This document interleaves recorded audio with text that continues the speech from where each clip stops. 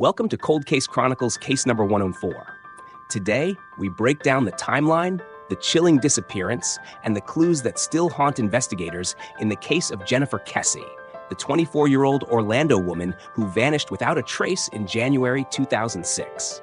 Today, we're looking into a case that has cast a long shadow over Orlando, Florida, the disappearance of Jennifer Kesse back in January 2006. Our main source for understanding this case is the website created and maintained by Jennifer's family.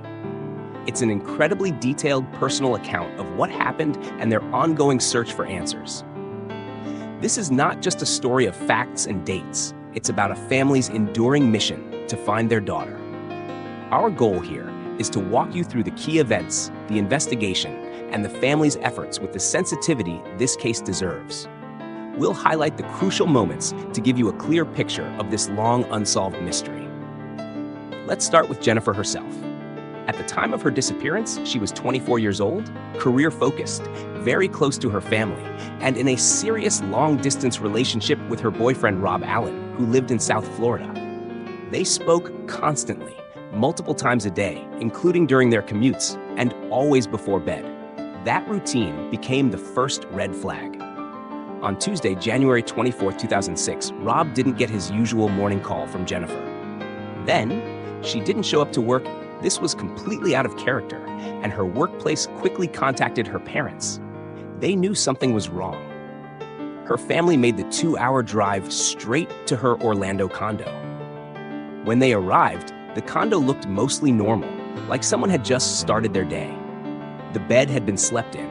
It looked like she'd showered, and clothes were laid out as if she were deciding what to wear. It seemed like she'd left for work around her usual time, maybe 7:30 or 7:45 a.m. But some crucial items were missing. Her keys, purse, and phone were all gone. Yet there was no sign of forced entry or a struggle. Everything inside looked undisturbed. This raised tough questions. Did she leave willingly, or did something happen just outside her door? The family didn't wait. Within hours, they were printing flyers and canvassing the area around her complex, the Mosaic at Millennia.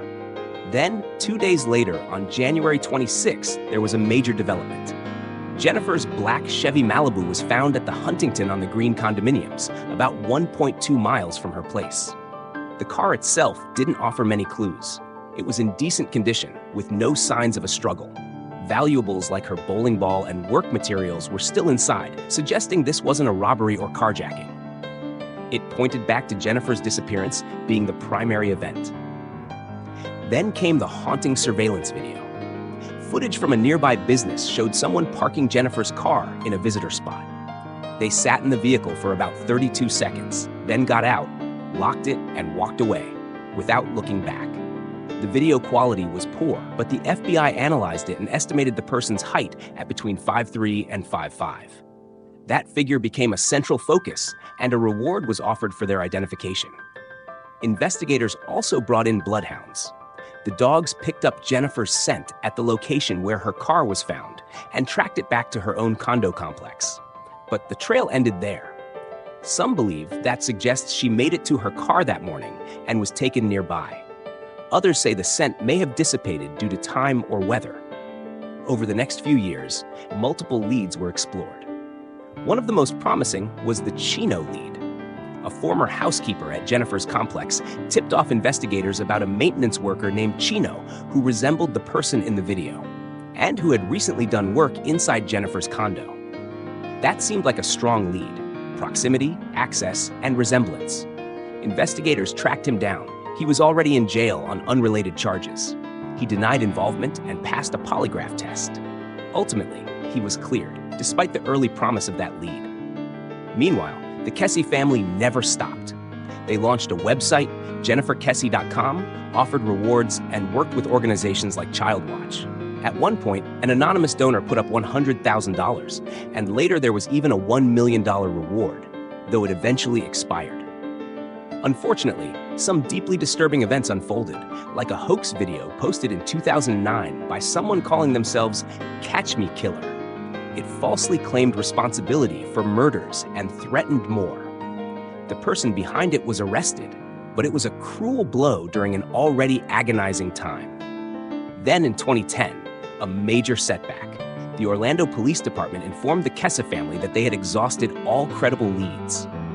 The case would remain open, but there were no active investigations underway. For the family, it meant the burden of continuing the search fell squarely on their shoulders. Then came a bold move.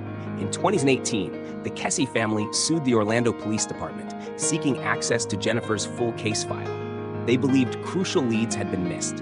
In 2019, they reached a settlement, gaining access to over 16,000 pages of documents and hours of audio and video. Since then, they've pursued media appearances, hired private investigators, and followed up on every possible tip. One example, a tip from 2019 led to a search of Lake Fisher in April 2024. A sonar company found anomalies, divers investigated, and more searches are planned.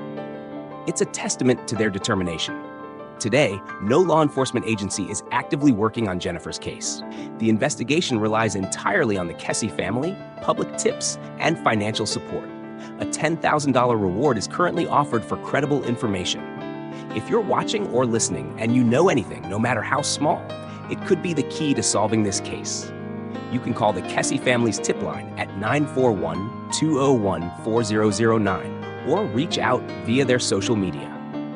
You can remain anonymous. Think about what we've covered. Jennifer's routine, her car, the surveillance footage. What stands out? What questions remain?